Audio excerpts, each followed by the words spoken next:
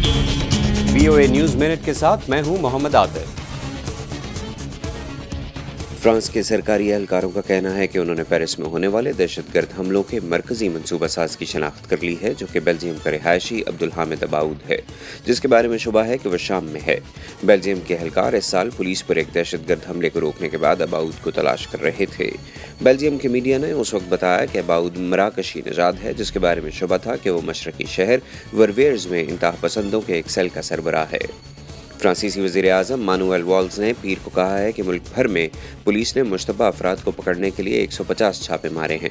पीर की सुबह मारे जाने वाले छापों में 10 से ज़्यादा अफराद को हिरासत में लिया गया, जबकि इन छापों में कई हथियार भी बरामद किए गए, जिनमें एक रॉकेट लॉन्चर, एक क्लाशनकोव और बुलेट प्रूफ जैकेट्स शामिल हैं।